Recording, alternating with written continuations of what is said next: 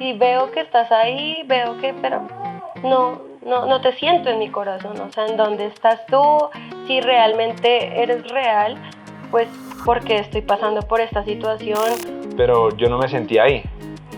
Y yo empecé como a dudar y a sentir como que esto no es lo mío, esto no es como mi propósito. Pero por mi lado alguien intercedió y pues obviamente logró que yo pudiese superar esa prueba. Yo creo que muchos pasamos por eso, ¿sí? De tener ese tipo de crisis, de ver a un Dios lejano y sentirnos totalmente solos, totalmente fuera de lugar. Y a veces estás tan ocupado haciendo tantas cosas para Dios que te puedes estar olvidando de Dios.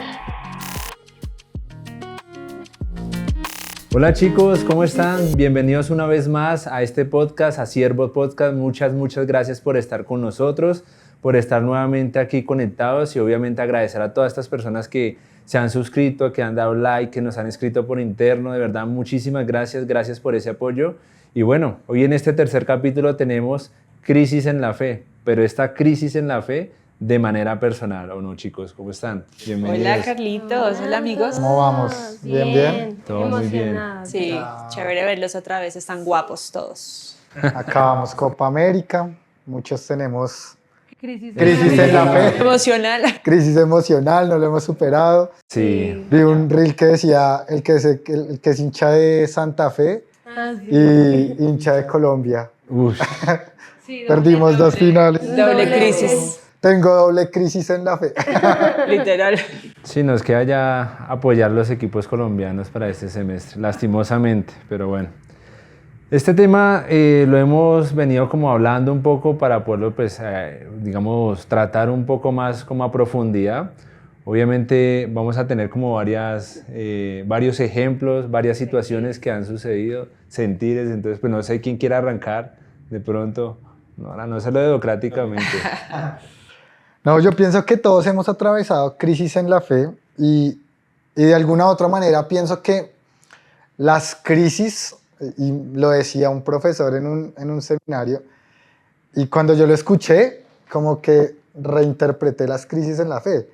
Y es que decía que las crisis son de alguna u otra forma pequeñas conversiones que lo llevan a uno a subir un peldaño cada vez más alto. Porque tú no eres el mismo después de la crisis.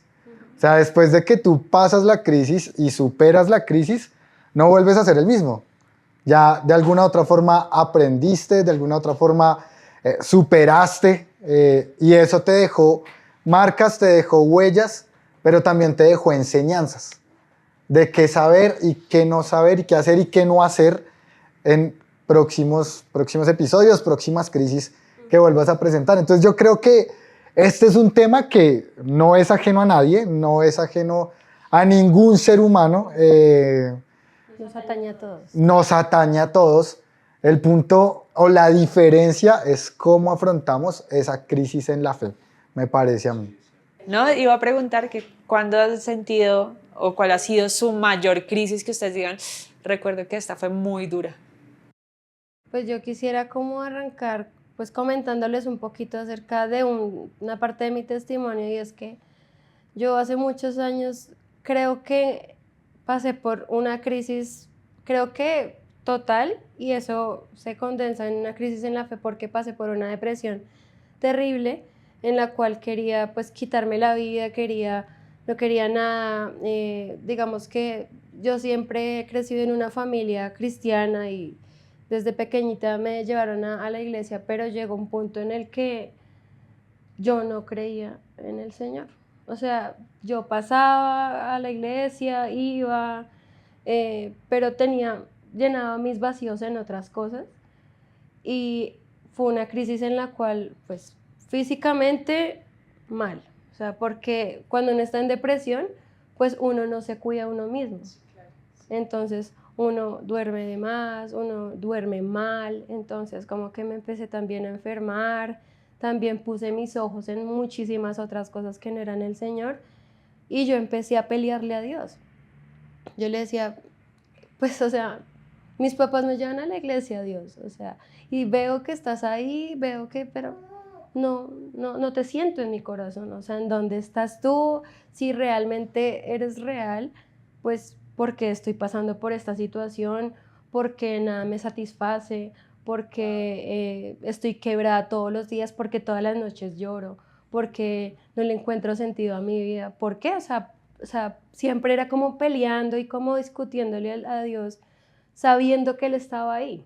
Pero pues mi corazón no estaba como alineado con la palabra, no tenía una relación con el Señor como así como muy afianzada, a pesar de que de verdad hubiera estado toda mi vida en una iglesia, pero pues creo que eso fue hermoso porque eso llegó en una noche en el que yo dije ya no aguanto más.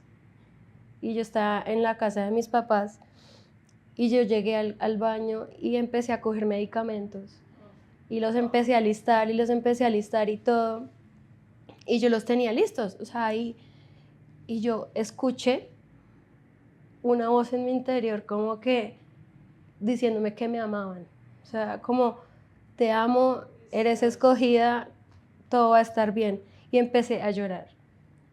Entonces ahí fue cuando decidí como alzar pues mi mano y decir como sí, estoy mal, tengo una crisis con Dios, no me siento cerca de Él, no sé qué más hacer.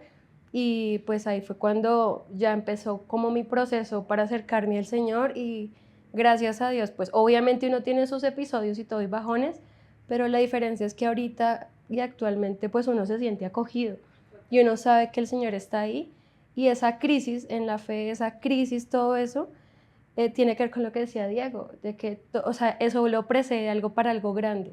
Entonces cuando uno está en una crisis en la fe, es algo que el Señor prepara para formar nuestro carácter, para acercarnos más a Él, pero creo que cada uno de nosotros tiene esos procesos en los que uno dice, Dios, gracias por esa situación en la que pasé, gracias por esas noches, gracias por esas lágrimas, gracias por permitirme pues pasar por eso, porque eso me acercó más a ti. Entonces, eso es lo bueno de las crisis. A pesar de que suenen negativamente como algo malo, creo que el Señor las usa para algo muy lindo. Pero en ese momento, o sea, cuando tú cuentas esa historia, digamos que tú, digamos, pasaste la crisis, superaste la crisis, fue tú y el Señor. Sí, fue una crisis en donde Él me empezó a hablar y yo tuve que también acercarme a personas que estaban pues estables en la fe y que me empezaban a decir como, mira, o sea, una mente vacía es el taller del diablo. Tú no puedes estar haciendo nada porque eso le da cabida pues a Satanás, y ahí fue cuando empecé a crecer espiritualmente y esa crisis se fue desapareciendo poco a poco. Porque muchas veces lo que pasa es que en estas crisis, por ejemplo, uno los procesos los lleva solamente con Dios, pero también en esos momentos de crisis Dios intercede con un tercero. ¿Sí me hago entender? Sí. Digamos que uno está en ese momento a punto de cometer algo, tomar una decisión, la que sea, pero llega un tercero y como que vuelve y lo ubica a uno. Sí. Como que vuelve y otra vez le da ese camino para seguir. Digamos, en mi caso fue así. Sí. Yo estaba una vez en la iglesia, teníamos una actividad y yo ya estaba como un poquito como, pues sí, muy pensativo, ya como, pues no sé si seguir, estar, no estar. Entonces a mí me pasó algo así. Yo me acuerdo que una chica de la iglesia se acercó a mí, porque estamos todos en una actividad completa así colectiva, y ella se acercó a mí y me dijo, ¿quieres hablar? Y yo, bueno, pero lo chistoso un poco de esto es que ella era menor que yo, o sea, yo no me acuerdo cuántos años tenía, pero yo sé que esta persona era, creo que no era ni siquiera mayor de edad, ¿me hago entender? Okay. O sea, es como el Señor usa a las personas sin ni siquiera ver como condición, edad, todo eso, nada, o sea, y ella me empezó a hablar y me empezó a decir qué es lo que te pasa, estás bien, quieres hablar algo, y yo pues obviamente empezaba a expresar, pero yo con ella nunca había tenido como tal un vínculo más allá de te conozco porque vienes a la iglesia. Claro, te he visto. Te he visto, exacto, te he visto, el saludo normal, pero pues más allá de eso no pasaba un diálogo más profundo. Yo me acuerdo que muy probablemente si ella, bueno, en este caso, si Dios no intercede no usa a esta persona para poder hablar conmigo, quizás yo hubiese tomado una decisión como diferente, retirarme, salirme, esto no es lo mío, no me siento agradado, Entonces, esas cosas pasan. Y pasan en los momentos a veces que uno piensa, no, pero es que de pronto en la iglesia no va a pasar eso, pero a veces uno está ahí. O bueno, en mi caso pasó eso, estuve ahí, estaba con gente muy alegre, muy feliz, pero yo no me sentía ahí. Y yo empecé como a dudar y a sentir como que esto no es lo mío, esto no es como mi propósito. Pero por mi lado alguien intercedió y pues obviamente logró que yo pudiese superar esa prueba. Me parece tremendo. Hay algo que ahorita que Nata y Carlos hablaban, es tremendo porque una cosa es atravesar la tormenta uno solo y vacío, ¿sí? En su barco, remando solo, aún no sé dónde, ¿sí? Pero otra muy distinta es cuando Jesús está en esa barca. Y lo decía Nata, y es muy cierto, o sea, al fin y al cabo, yo pienso que siempre vamos a tener crisis en la fe, porque en cada peldaño que subimos, o sea, el Señor es infinito de conocer, ¿sí me va a entender? Tiene maneras, tiene formas, Él es infinito. Entonces no podemos, en este punto de nuestra historia, no podemos decir, lo conozco perfectamente, sé lo que va a pasar, sé quién es. No, yo pienso que Él es un océano profundo que es para nuestra mente finita, no podemos decir, ya lo conocí. Y al punto que hoy es que a la final, si Él está en nuestra barca, vamos a seguir pasando por crisis en nuestra fe en algún punto, ya sea, digamos, ustedes lo expresan, recién comenzaron su caminar cristiano, ¿sí? Pero estoy segura que quizá ya avanzando en su caminar cristiano también se han encontrado en procesos críticos de fe, ¿sí? No emocionales o como lo habíamos hablado en capítulos anteriores, sino de fe, de decir, ok, Señor, aquí donde estás, porque no veo la salida en este punto. Pero si Jesús está en esa barca, en esa tormenta, tenemos una esperanza. Tenemos una esperanza de que no sabemos cómo, no sabemos cuándo, pero vamos a llegar a tierra firme. Y yo he pasado personalmente he pasado varias crisis en mi fe, que como lo decía el flaco, nos han ayudado a madurar, me ha ayudado a madurar en varios aspectos. Siento que todavía hay muchísimo que aprender y que madurar, pero he podido también avanzar en mi fe. Pero quiero hablar una que es muy parecido a lo de Nata, pero yo sufrí mucho, digamos, con ver a Dios como mi papá, ¿sí? Y tú vas a la iglesia y siempre hablan de Dios Padre, ¿sí? Un padre, ¿no? Pero a mí se me dificultó bastante, ¿sí? Y tuve muchos errores en mi vida antes de Cristo. Tomé muchas malas, digamos que, decisiones en mi vida personal, pero digamos que el punto más duro para mí era poder entender que Dios era una persona cercana, ¿sí? Y hablo de persona porque Dios en sí es persona. Y la verdad, para mí era muy difícil poder como lograr creer que Él era cercano a mí, ¿sí? Siempre lo imaginé como, claro, como lo pintan, ¿sí? En el trono gigante allá, inaccesible, como tú allá, ¿cómo le voy a importar a Dios? Entonces, claro, en ese punto me costó muchísimo, y aún así cuando decidí mi vida volcarla hacia Cristo, para mí fue muy difícil, digamos que para mí fue muy difícil como avanzar en ese punto de ver a un Dios cercano, ¿sí? De ver a un Dios que realmente se preocupaba por mí, que me amaba, que en realidad mi vida le importaba, que de verdad tenía sueños y propósitos conmigo, que se interesaba por tenerme cerca a Él. Digamos que estoy hablando de mis comienzos, ¿sí? El tiempo en estos podcasts se pasa muy rápido y podríamos, yo creo que hablar bastante, pero a lo que quiero, el mensaje que quiero transmitir también con esta parte como de mi testimonio es que yo creo que muchos pasamos por eso, ¿sí? De tener ese tipo de crisis, de ver a un Dios lejano y sentirnos totalmente solos, totalmente fuera de lugar, totalmente como inaceptados. Como decía Carlitos, esto no es para mí, sobre todo cuando uno viene a un mundo tan distinto, ¿sí? Rodeado en la familia, con los amigos, de algo tan distinto, que Dios pues no es el primer lugar en eso. Y llegar a los pies del Señor, uno lo primero que dice es, nada, esto no es mi lugar, o no creo que Él se interese por mí como, por ejemplo, como lo hace por tal persona. Yo siento que ella sí como que tiene el perfil, yo no. Y nos damos cuenta que el Señor es supremamente grande en amor, supremamente grande en misericordia, en gracia, que no le importó el hueco más profundo en el que estábamos. Él siempre va a iluminar el hueco más profundo en el que estamos y nos va a sacar a flote. Y aún así en mis siguientes crisis en la fe, sé que Él estuvo ahí, ¿sí? Sé que Él estuvo ahí. Ya a veces sí lo sentí lejano, pero esa voz que dice Nata, que a la final viene siendo el Espíritu Santo que está dentro de nosotros, te dice, hey, no desvíes tu mente, no desvíes tu mirada, yo sigo estando acá. Entonces, eso les quería compartir.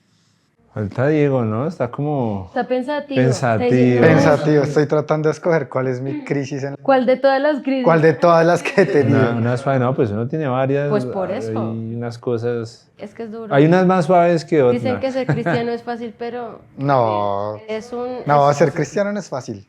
Ser cristiano es de valientes. Este es un camino duro. Y en Es este un acto mundo de hoy en revolucionario. día, tan complicado, es muy difícil ser cristiano. Y precisamente eso yo pienso que han sido partes de mis crisis, y es cuando uno escoge como un estilo de vida, ¿no? Cuando tú decides hacer algo o empiezas a caminar en pos de algo, empiezas de alguna u otra forma a llevar tu vida hacia un objetivo. Y para mí mis mayores crisis de fe, pues no mis mayores, pero sí que me han dado muy fuerte, han sido cuando de alguna u otra forma como que, ¿cómo lo digo? Como que la visión o el camino que decidí llevar se ha visto parado, se ha visto truncado. No sé si me hago entender. Y es como, ejemplo, a mí me apasiona el servicio. Y para mí el servir es parte de mi ADN, o lo considero parte de mi ADN, el estar sirviendo.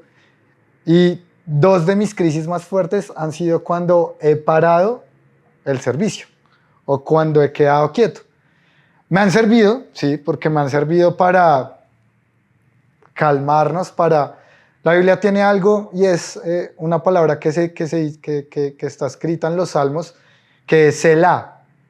Y el Selah es como esos tiempos de silencio, de quietud, de calma, donde el salmista hace esas pausas para poder escuchar la voz de Dios y para poder de alguna u otra forma interiorizar qué es lo que el Señor le está diciendo. Pienso que hay Selahs que son muy prolongados, uno. Dos, que son voluntarios, o tres, que son circunstanciales. Y de alguna u otra forma, cuando he estado en estas pausas, o en estas pausas ministeriales, de alguna u otra forma, han sido tiempos donde ha habido mucha turbulencia. Ejemplo, hace poquito, muy poquito, empezamos empecé una pausa ministerial, y nuestra hija se enfermó, pero también como que muchas cosas laboralmente y económicamente como que se desestabilizaron, como que muchas cosas. Pero son pausas que también me han llevado a pensar, o me han llevado como a replantear dónde estoy en estos momentos con Dios. ¿Por qué? Porque cuando estás tan acostumbrado al servicio, precisamente se te vuelve eso, una costumbre, ¿cierto? Y a veces estás tan ocupado haciendo tantas cosas para Dios que te puedes estar olvidando de Dios, que te puedes estar olvidando de la razón de por qué lo haces. Marcos Witt tiene una canción que me parece increíble y es, el pedazo de la canción dice: el estadio está vacío, la multitud a la casa ya se fue, ya no hay ruido en la noche, apago las luces de mi cuarto, algo así es que dice, y en medio del silencio me hago la pregunta: ¿por qué lo hago? ¿Cuál es el motivo de mi canción? O sea, ¿por qué lo sigue intentando? Y al final dice: es por ti, Jesús, por el amor que me has dado, por el amor que me has mostrado, es por ti. Y pienso que estas pausas que he hecho, que me han dado muy duro, porque pues lo que les explicaba ahorita, también nos lleva a pensar: es por ti. Y realmente lo estoy haciendo es por ti, o me acostumbré a seguir una carrera que estaba llevando y ya. Entonces, esas para mí han sido, pues, de hecho, una de ellas, en algún punto también me llevó a lo que tú compartías ahorita, y es a pensar en el suicidio, a pensar en no freno el carro. Hoy me acuerdo que en esa crisis tuve dos puntos, uno que lo compartí la semana pasada, y era estar parado en el borde del edificio y pensar chao, y otra que iba con el carro a las 11 de la noche por la 26, y para los que no están en Bogotá, la 26 es una calle que no tiene semáforos, entonces uno puede cogerla a muy alta velocidad, y en ese momento no había restricción de velocidad, y yo iba a más o menos 90, 100, 110 en mi carro, y yo decía: no voy a frenar, listo, acá acabé con todo, acá pausé con todo, acá acabé con todo, y no voy a frenar. Y de alguna u otra forma me pasó lo mismo. Sentí una voz muy fuerte, muy fuerte, muy fuerte, que me decía: alto, para, este no eres tú, esta no es tu identidad. Una cosa es lo que tú haces y otra cosa es lo que tú eres. Una cosa es tu oficio, pero otra cosa es quien te he llamado a ser. Y yo te he llamado hijo. Y esa crisis que estás pasando no puede distorsionar la imagen que tengo de que tú eres mi hijo. Pensaba en ese momento, y era lo que el Señor hablaba a mi corazón en ese momento en el carro. Y yo pensaba eso y decía: ¿hasta qué punto estas crisis, lo que decía ahorita, son peldaños que uno sube, pero si uno no las sabe afrontar, pueden distorsionar completamente tu identidad y tu propósito? Hay un versículo en la Biblia, o hay una parte en la Biblia, que está Elías. Y Elías acaba de enfrentarse a los sacerdotes de Baal y a los sacerdotes de otra diosa, y los reta y enciende el altar y les dice: si de verdad Baal es el Dios verdadero, que haga esto. Si de verdad, creo que era la diosa Hera, es verdadera, que haga esto. Y Elías solo se enfrenta contra más de 400, 500 sacerdotes de cada uno, y los derrota. Dios enciende fuego al altar después de que Elías lo mojó, lo empapó, enciende fuego al altar. Pero después de que derrotó a 400, una sola, dice: voy a enfrentarme a Elías y voy a lanzar una maldición sobre él muy fuerte. Y Elías, después de que hizo lo que hizo, cuando escucha este mensaje, Elías se enfrenta a una crisis en la fe. Y se echa para atrás por completo, y se va y se esconde y siente temor de alguna u otra forma. De hecho, hay muchos estudios que atañen eso como una crisis de ansiedad y una crisis de depresión que enfrenta Elías. Y el Señor va y lo busca debajo de un árbol, va y lo busca en medio del silencio, después de que enfrentó el ruido y de todo, y le habla muy claro. Y le dice, es que de alguna u otra forma lo va a parafrasear, le dice: yo soy quien te da tu identidad. Yo soy quien es el sustento de lo que tú haces. Y si yo te escogí, es porque yo te escogí, no porque tú te autoescogiste. Exacto. Y pienso que muchas veces, para poder afrontar estas crisis en la fe, nosotros tenemos que entender cuál es nuestra identidad y cuál es nuestro propósito. y ser fieles creyentes a las palabras que el Señor ha dicho a nuestras vidas. Porque para mí eso es lo que va a determinar, de alguna u otra forma, que tú puedas usar eso como un escalón hacia arriba y no un escalón hacia abajo. Porque también hay otros casos donde las personas han afrontado crisis en la fe y al final del día terminan apostatando de su fe. La abandonan en vez de afirmarse. Creo que dicen, pues Dios no está, pues ¿para qué sigo remando? Exacto. Y entonces ahí es donde uno piensa, bueno, entonces mi crisis, y yo pienso que, y eso es un consejo práctico que todos podríamos usar, y es esta crisis, ¿en qué me está ayudando? ¿O qué es lo que el Señor quiere hablarme en medio de esta crisis? Porque hay crisis en etapas totalmente diferentes en la vida. Hay crisis familiares, hay crisis en el matrimonio, hay crisis con los hijos, hay crisis laborales, hay crisis, o sea, hay crisis de muchas formas. Pero estoy seguro que el Señor enseña en cada crisis algo diferente, algo completamente diferente. El punto es que nosotros podamos aprender a guardarlo y aprender a usarlo. Digamos que yo estaba pensando mientras tú hablabas, Dieguito, y es que, ¿qué pasa? O sea, yo me pongo a pensar en las personas que de pronto nos están viendo y es cómo, o sea, uno cómo sale de una crisis en la que uno de verdad la ve súper peluda. Porque pues pueda que a nosotros nos pasen crisis y la podamos, pues salgamos como facilito. Pero yo creo que hay personas que como que se estancan. Lo que tú decías de que en vez de subir el escalón de la crisis, como que se quedan ahí, se quedan ahí, se quedan ahí.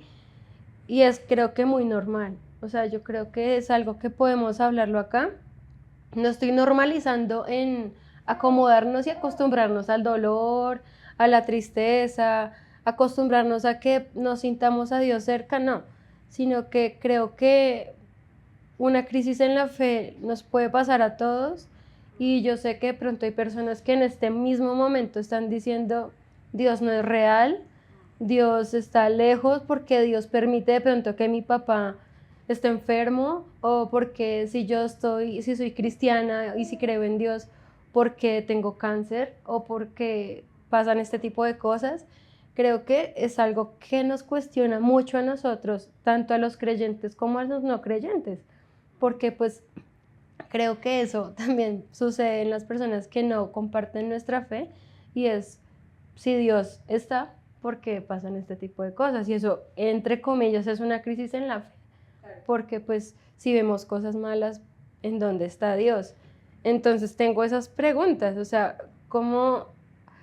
Es difícil, o sea, pero ¿cómo puedo salir de eso? Poniéndolo como en el contexto difícil, ¿no? Digamos que si mi crisis familiar, porque un ejemplo, yo soy el único cristiano y los demás no, o no aceptan lo que yo soy como tal, o digamos en una crisis laboral, digamos poniéndolo en el contexto más difícil, ¿no? Porque sí, pues bien uno... difícil, por ejemplo, una quiebra.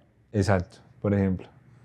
Digamos no que tengo todo... con qué comer, no tengo cómo darle a mis hijos un pan, o sea, ¿en dónde está Dios? Es algo muy difícil. Como la famosa pregunta cristiana, desde los ateos a los cristianos o desde los mismos cristianos con cristianos, ¿por qué si Dios es bueno pasan cosas malas?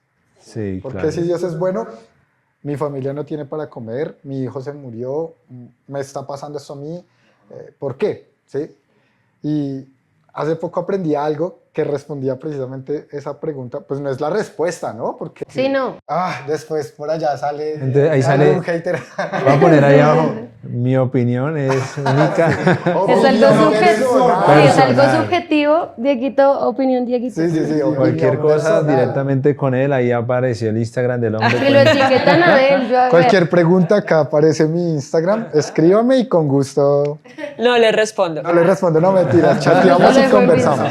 Insista. Pero la pregunta viene precisamente a, de alguna otra forma, no es pensar, porque si Dios es bueno, le pasan cosas malas a la gente, o de alguna otra forma, ¿por qué si Dios es bueno permite toda la maldad que pasa? ¿Cierto? Podríamos también traducirlo así.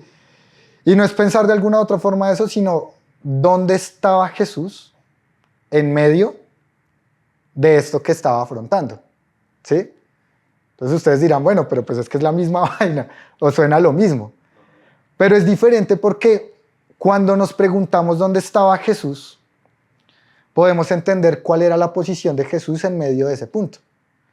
Hay cosas que por naturaleza humana, por maldad humana, por naturaleza humana, van a pasar, ¿cierto? La muerte de alguien, la enfermedad de alguien, la quiebra. Hay muchas cosas que por naturaleza van a pasar. El punto es ver de alguna otra forma dónde estaba Jesús. Jesús no estaba simplemente sentado en una silla esperando a que pasara todo eso para decir, ¿sí ve? Es que como usted no me hizo caso, es que como usted no me escucha, es que como... No, Jesús no va a estar ahí. O a mí me cuesta pensar que Jesús va a estar señalando, Natalia, es que tú afrontaste esa crisis porque tú no estabas conmigo. O porque le dicen, o porque no hizo tantas oraciones. Exacto. Estuviste a punto de tomarte estos 4 frascos de pastilla porque tú no me estabas escuchando. A mí se me hace difícil pensar que Jesús piensa así. Se me hace más, de alguna otra forma, más tranquilizante pensar que Jesús estaba parado al lado nuestro, de alguna otra forma abrazándonos mientras nosotros teníamos esa lucha por hacerlo o no hacerlo, por frenar o no frenar, por lanzarme o no lanzarme, por tomármelos o no tomármelos. Sí. Que Jesús estaba ahí parado con nosotros trayendo consuelo. Cuando se muere alguien, ¿dónde estaba Jesús? ¿Dónde estabas tú mientras? Y lo vemos también en la Biblia cuando Jesús llega a donde este hombre que se le muere la hija y le empiezan a preguntar, ¿de dónde estabas tú? Y Jesús llega a consolar. Jesús está consolando, Jesús está caminando, Jesús está ahí trayendo paz. Entonces es de alguna otra forma pensarlo de esa manera. ¿Qué posición tiene Jesús mientras estoy afrontando la crisis? Jesús está sentado con nosotros. Jesús está abrazándonos en medio de ese momento. Jesús no nos está dejando solos. En Romanos 8 la palabra dice que podemos descender a lo más bajo, a lo más profundo. Podemos subir a lo más alto, podemos irnos lo más lejos que podamos. Y sin embargo, no nos vamos a poder esconder de Él. Y que Él va a estar allá con nosotros. Va a estar en medio del abismo. Va a estar en medio de la crisis, de la ansiedad, de la angustia, del dolor. Va a estar ahí con nosotros. Y va a estar parado con nosotros. Y de ahí entonces pensemos cuántas veces Jesús ha estado en medio de las crisis sentado con nosotros, abrazándonos. Y que no ha permitido que el dolor sea aún mucho más profundo y mucho más doloroso. Puede que tú no creas en Jesús, pero Jesús está ahí, ¿sí?, trayendo consuelo. Y ahorita tú decías algo, bueno, pero ¿y las personas que están pasando esto, cómo pueden superar esa crisis? ¿Cierto? Para mí y en la congregación donde de alguna otra forma estamos, hay 3 cosas que he aprendido muy claro y es que nosotros tenemos 3 herramientas claves para afrontar cualquier cosa. Y uno es la palabra de Dios, porque Él nos dio su palabra para poder tener consuelo. El segundo es el Espíritu de Dios y el tercero es el pueblo de Dios. Tú tienes personas alrededor con las cuales tú puedes contar para afrontar esas crisis.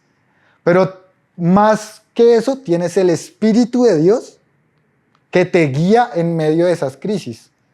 Y el Espíritu de Dios sustenta la palabra de Dios para darte la paz que necesitas en medio de las crisis. Y si aprendemos a usar esas herramientas, pues va a ser mucho más claro poder cómo usar esas crisis a favor y no en contra. Entonces, creo que este es un tema que puede ser muy extenso. En 30 minutos, 35 minutos, pienso que no alcanzamos a abordar todo.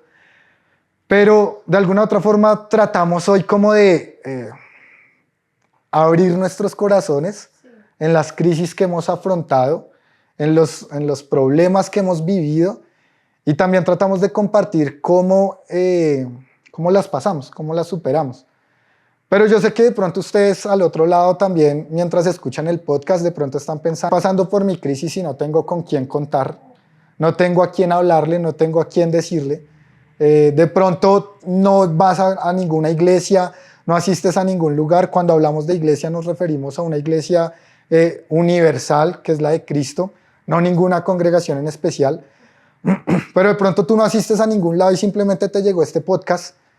Pero si te llegó este podcast es porque Jesús quiere hablar a tu vida y a tu corazón. Entonces también pienso que cuentas con personas o tienes personas alrededor. Si no las tienes, acá estamos nosotros 4 para poder hablar. Pero también quiero animarte a que no hay ninguna crisis eterna. No hay ninguna crisis eterna. Las crisis son pasajeras. Lo único que es eterno es el amor de Jesús. No va a haber absolutamente nada más eterno. El amor de Jesús, que un día vamos a poder estar compartiendo con Él, también así tú a tú, diciéndole, ay, Jesús, tremenda la crisis que me hiciste pasar. Estuvo buena. Sí, pero allá vamos a estar sentados con Él. Entonces, gracias por acompañarnos en este tiempo. De verdad que ha sido un tiempo en lo personal que ha hablado mucho a mi corazón, a mi vida. Escucharlos también a ustedes también ha sido increíble porque de alguna u otra forma también escuchar a los demás me alimenta mi fe para poder fortalecerla y saber cómo actuar. Entonces, gracias por estar acá en este tercer capítulo de Siervos. Estamos para ustedes y nos vemos en el próximo capítulo. Chao. Chao.